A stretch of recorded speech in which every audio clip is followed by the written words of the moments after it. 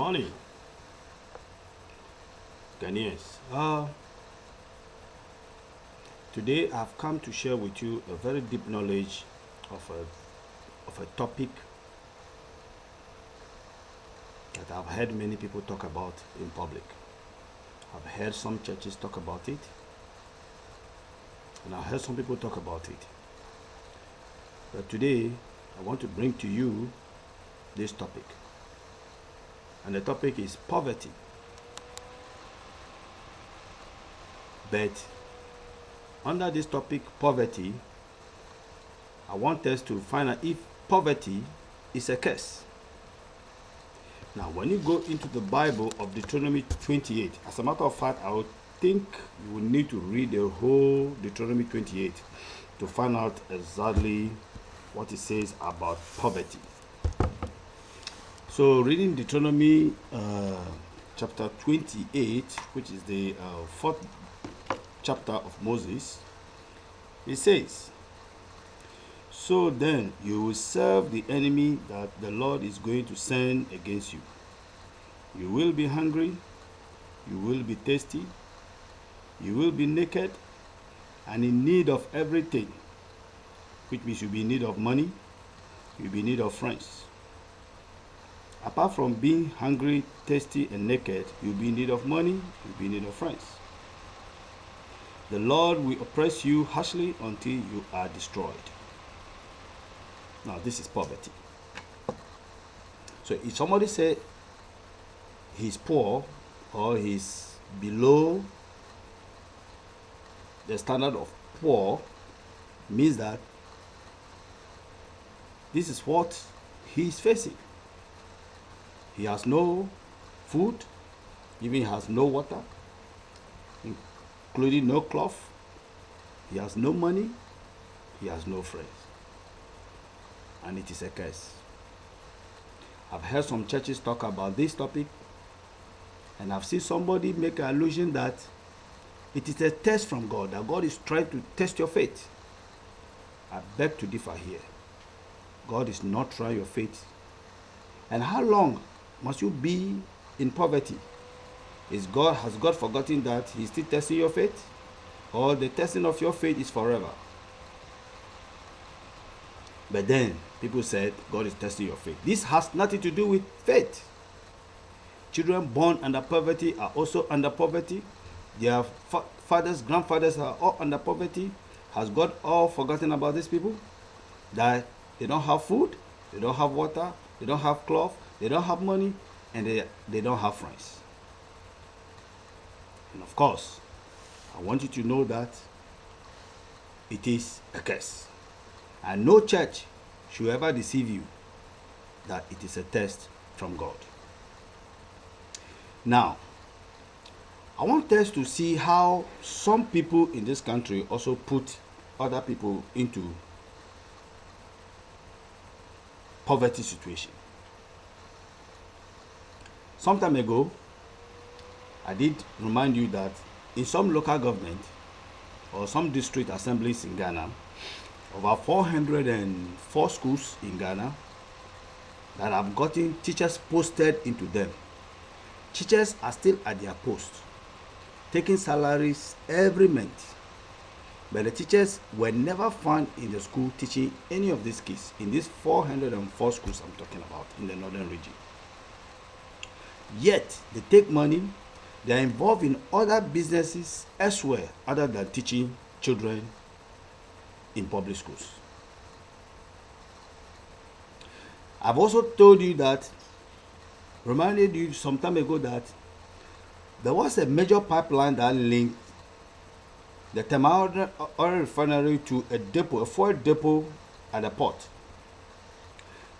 The depot has always carried what I call it, petroleum from the port to the refinery. Some time ago, it developed some fault and started leaking. There were management at various stations who were supposed to be managing these facilities for us. Of course, every month they are at their posts taking salaries, fringe benefits that they are working for Mother Ghana. What did we hear?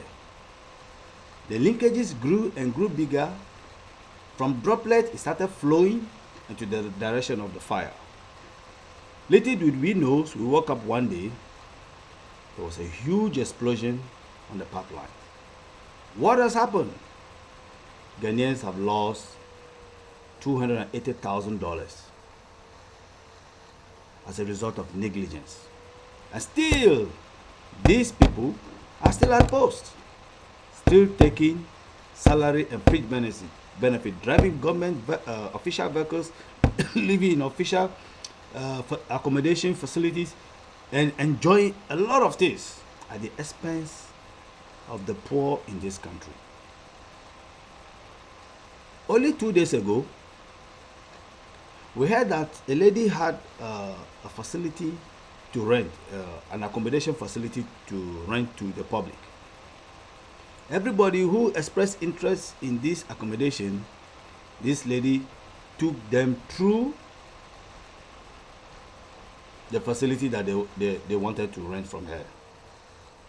Little do you know that over 50 people have gone in there and said they wanted to rent the place. This lady has taken money ranging from 900, which is the smallest. Others have paid 35 million, which is 3,500. Others have paid 6,500 for 50 people for just 2 separate rent accommodation, a 2-bedroom and a self-contained, a single room self-contained. After taking these huge sums from these over 50 people, she disappeared into thin air.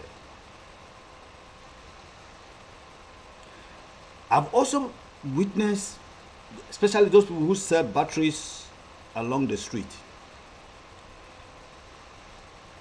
When we are buying these phone batteries from them, you need to be very careful, because a lot of times these batteries have been old dead ones, but still looking new.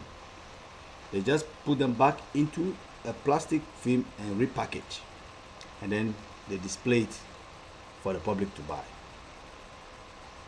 And I've also been a victim. I've also bought some of these people, this battery from these people, and as a matter of fact, they don't even show remorse for whatever they are doing.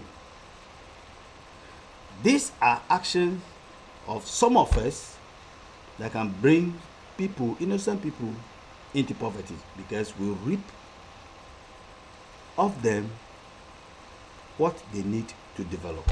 So yes, you can be rich overnight, one day, and the next minute somebody will say that you have nothing because somebody has taken it away from you. This is also a curse. Now, those people who have been involved in things like this, what have they really done? To me, I would prefer them to go to the book of Matthew, from chapter 15, where God asked a very simple question: can you be trusted? Are you a person we can trust? If it is no, if it is yes, then thank God. But if we cannot trust you, it means that you are also in a position and you are going to subject a lot of people in poverty. Even those who have gotten some will still be poor after a while. Now, let's look at some of the situation. In recent times, we witnessed that they said there are over 700,000 street children in Accra alone. Meaning that they sleep on the street, they eat on the street, they feed on the street, they sleep on the street, they clothe on the street, they work on the street. Everything they do is on the street. But we also have street adults. These are grown people who has no accommodation, they have nowhere to go, They also feed on the street. They clothe on the street. They sleep on the street. And they work on the street. If you go to some of these lorry stations, you will still find many of them who have turned to either street. We have street kids and street adults also in most of our lorry stations.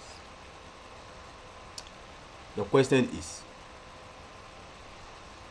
how did these people get to that state? In fact, the kids, how did they even become street kids? Have you been to Ofanka overhead? Have you been to the Adenta Bedina overhead? Have you been to Kanda overhead? Every night go there, you find a lot of men sleeping under there. And you see the young ones sleeping in people's shop, what do you call it? Front of their shops. Have you been to Agbogloshi at night? Have you been to Kaneshi at night? Visit places like this. At night, you see people's shop, front of the shop has turned to bedroom. And both boys and girls are sleeping there. Some of these boys and girls turn out to be a target for some of these reckless young boys in the on the street too, because many of them are raped. Now, that foundation here,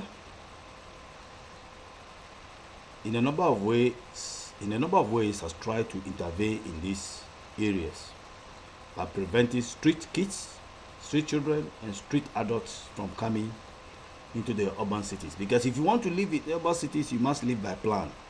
You must have a plan for accommodation. You must have a plan for your feeding. You must have a plan for your working. You cannot just move from any rural community in the north or anywhere in Ghana and just think that you come to Kumasi, you come to Accra, come to Takoradi, it's a bed of roses. It is never a bed of roses. It is by plan. Because these are places where, but if you are hungry, nobody will see you. If you are not having accommodation, nobody will hear you. Nobody will know. Nobody will offer you one. And so therefore you must be very careful to be able to live by plan. Before you come to Accra, you must make sure you have your own means to rent a place.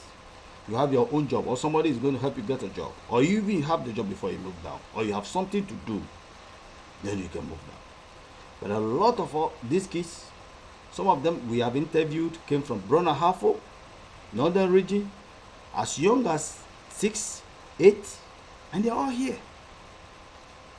They're all street children, doing nothing, and they become social vices to many of us. We want to prevent lawlessness of the youth in this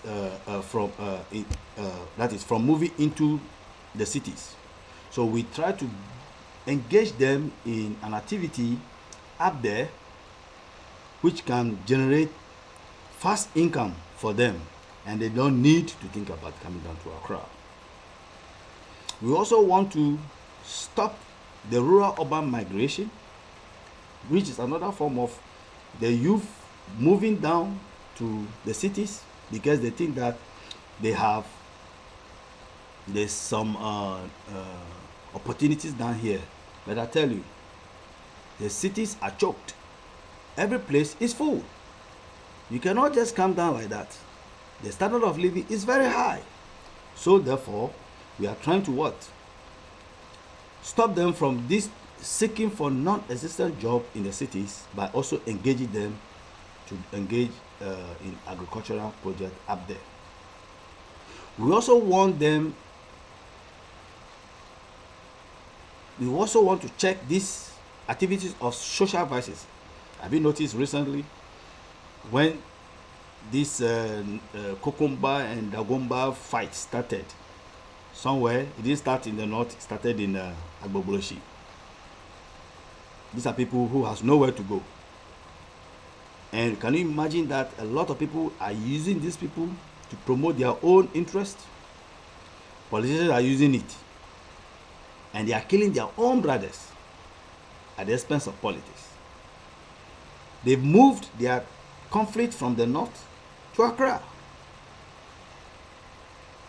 Many of them are involved in raping all these young girls that sleeps in the lorry station at Agbogloshi areas, some in Kaneshi areas. They virtually have nowhere to go. When it comes to political time, just come and see them. You find all these people, they engage them, and there's nothing they use them for other than in violence. So that foundation wants to get back to some of this community, especially identify with some of these opinion leaders, to come out and tell us exactly what they want us to do for them at the rural communities. We have a lot of projects which we can bring on board, and we also help them look for the market to export. But the most important thing is how to get these people together, giving them the first-hand education and letting us know that we have them at heart and we would like to help them, and they can make their own money. As a matter of fact, if everybody has his own investment and business, nobody would like to fight to see the fight destroy their businesses. And Ghanaians should be engaged to own or work in a particular business. If you cannot own, you must work in a business setup. And with this, everybody's mind is engaged into productive activities. And in this way, we will never fight each other because we have investment to protect. We want you to get back to us, talk to us, let us know of your needs. But I want to tell you, poverty is never a test of faith. And God is not even trying you for anything, but it's a curse. Because he says, he will send the enemy. So poverty is an enemy against you. You'll be hungry.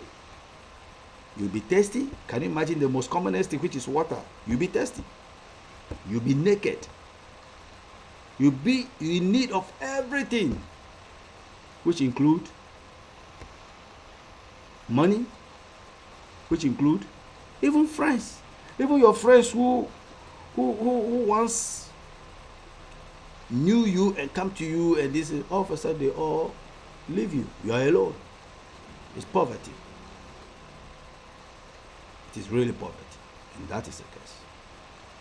Get back to us, or talk to us, chat with us on Facebook, on Twitter, or go to our website at dasfoundation.org. Thank you.